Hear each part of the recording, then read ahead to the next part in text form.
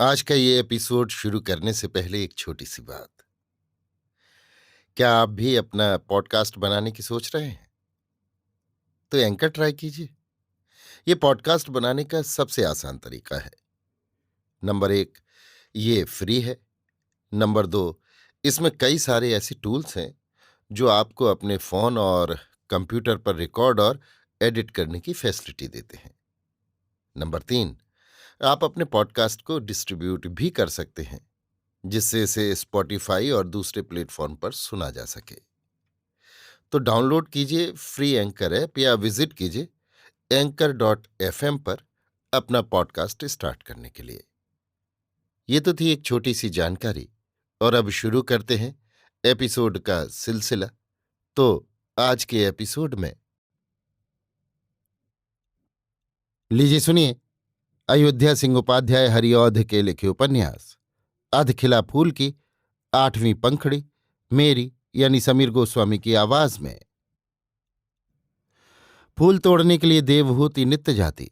नित्य उसका जी कामनी मोहन की ओर खींचने के लिए बासमती उपाय करती। कामनी मोहन भी उसको अपनाने के लिए कोई जतन उठा न रखता। बनाव सिंगार सज धज सबको काम में लाता। इस पर पेड़ों से लपटी हुई फूली हुई बेलें, समय का सुहावनापन, हरी हरी डालियां, लहलही लताएं छिपे छिपे अपना काम अलग करतीं। देवहूति लहू मांस से ही बनी है, जी उसको भी है, आंखें वो भी रखती है। कहाँ तक इन फंदों से बच सकती। धीरे धीरे उसका जी न जाने कैसे करने लगा। अनजान में ही उसके कलेजे में न जाने कैसी एक कसक सी होने लगी। पर उसके जी में ही भीतर ये सब बातें ऐसी चुपचाप और ऐसी छिपे छिपे होने लगी, जो बासमती की ऐसी चतुर स्त्री को भी उलझन में डाल रही थी। फूल तोड़ते 24 दिन हो गए। इतने दिनों में कुछ काम न निकला। ये बात बासमती के जी में 8 पहर खटकने लगी। कामनी मोहन भी बेचैन हो चला था, इसलिए वो भी कभी कभी बासमती को जली कटी सुना था। इससे बासमती और घबराई। आज वो चुपचाप देवहूति के घर आई और सीधे उसकी कोठरी में चली गई। वहां उसने देवहूति को सोया पाया। फिर क्या था, चटपट उसने अपना काम पूरा किया और वहां से चलती हुई। पार्वती ने बासमती को आते जाते देख लिया था। बासमती क्यों आई और क्यों लगे पांव चली गई, इस बात का उसको बड़ा खटका हुआ। वो कई दिनों से देवहूति का रंग ढंग देख रही थी, पर कोई बात जी में लाती न थी। क्यों जी में लाती नहीं थी, इसके लिए इस घड़ी में इतना ही कहता हूं। उसके जी में कोई खटक नहीं थी, पर बासमती की आज की चाल ने उसको चौंका दिया। वो सोचने लगी, हो ना हो कोई बात है। बासमती घर की मालिन है, उसके लिए कोई रोक टोक नहीं। वो बेअटक देवहूति के पास आ जा सकती है। मैंने कभी उसको देवहूति के पास उठने बैठने से नहीं रोका। फिर आज वो मेरी आंख बचाकर क्यों उसके पास गई, और क्यों बिना मुझसे कुछ कहे सुने यहां से चुपचाप चली गई। ये बातें ऐसी है जिससे पाया जाता है उसके मन में कोई चोरी है। चोर का जी आधा होता है, वो साह का सामना नहीं कर सकता। अपने मन की चोरी ही से वो इस घड़ी अपना मुंह मुझको न दिखला सकी। जिस काम को करने के लिए इस घड़ी वो यहां आई थी, उस काम को करके वो मेरी ओर से बुरी थी। इसी से मेरे सामने आने का बल उसमें नहीं था। नहीं तो मेरे जी में तो कोई बात न थी। जो बुरा काम करता है वो बस भर छिपने का पथ भी ढूंढता है। फिर सोचने लगी, देवहूति का रंग ढंग भी तो इन दिनों कुछ और हो गया है। वो इतनी अनमनी क्यों रहती है।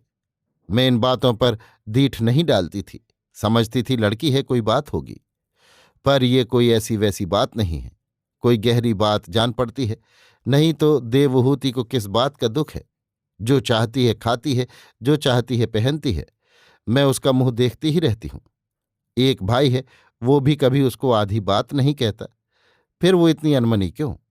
हाँ, ये मैं कह सकती हूं, वो सयानी हो गई है। उसके दूसरे दिन है, पर सयानी वो आज तो नहीं हुई है। 1 बरस से भी ऊपर हो गया। जब इतना दिन हो गया और हंसी खेल ही में वो लगी रही, तो इधर 10-5 दिन से सयानी होने ही से वो अनमनी है, ये बात जी में नहीं समाती। फिर पड़ोस में नंद कुमार, कामनी किशोर, नंद किशोर, देवमोहन, कामनी मोहन सभी लड़के हैं। बात चलने पर देवहूति जैसे नंद कुमार, नंद किशोर और देवमोहन का नाम लेती है।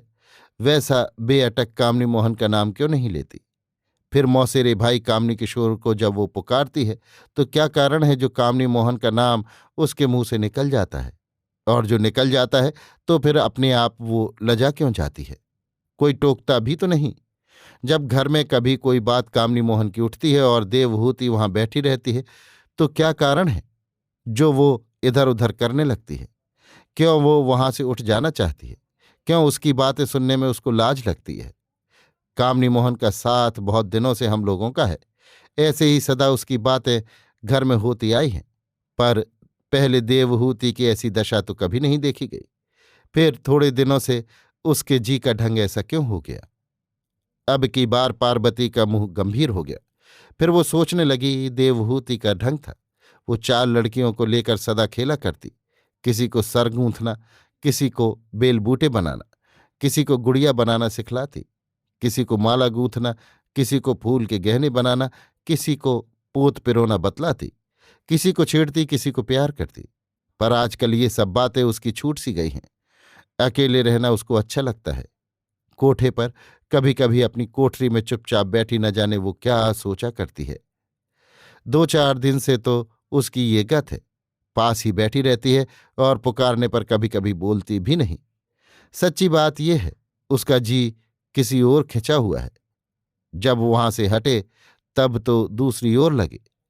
किस ओर उसका जी खिंचा है अब ये समझने को नहीं है। सब बात भली भांति समझ में आ गई। पर इसमें चूक किसकी है? हमारी, जो अपने पति की बात नहीं मानती। उसका भला कभी नहीं होता। पति ने कहा था, जिस घर में ओझा का पांव पड़ा वही घर चौपट हुआ। फिर मैं क्यों उनकी बात भूल गई? क्यों अपने घर में ओझा को बुलाया? जो बुलाया तो अब भुगतेगा कौन? पार्वती ने धीरे धीरे सब समझा। कुछ घबराई, पीछे संभल गई। सोचा, घबरा कर क्या होगा? ये घबराने का समय नहीं है। जैसा रंग ढंग देखने में आता है उससे बात अभी बहुत बिगड़ नहीं पाई जाती। अभी बिगड़ने के लक्षण ही देखे जाते हैं।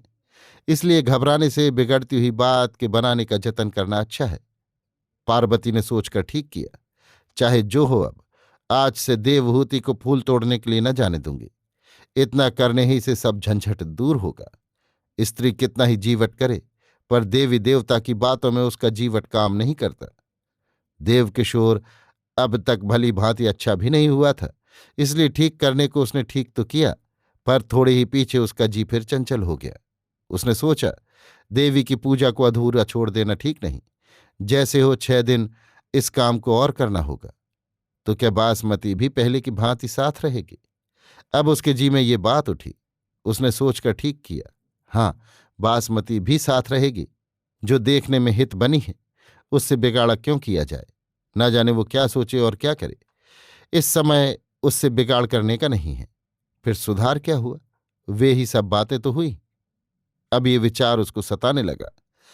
पर इस घड़ी उसका सर चकरा रहा था और जो अड़चनें सुधार में आन पड़ी थीं वे सहज न थीं।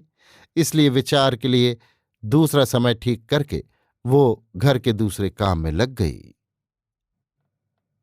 अभी आप सुन रहे थे अयोध्या सिंह उपाध्याय हरिऔध के लिखे उपन्यास अधखिला फूल की 8वीं पंखुड़ी, मेरी यानी समीर गोस्वामी की आवाज में।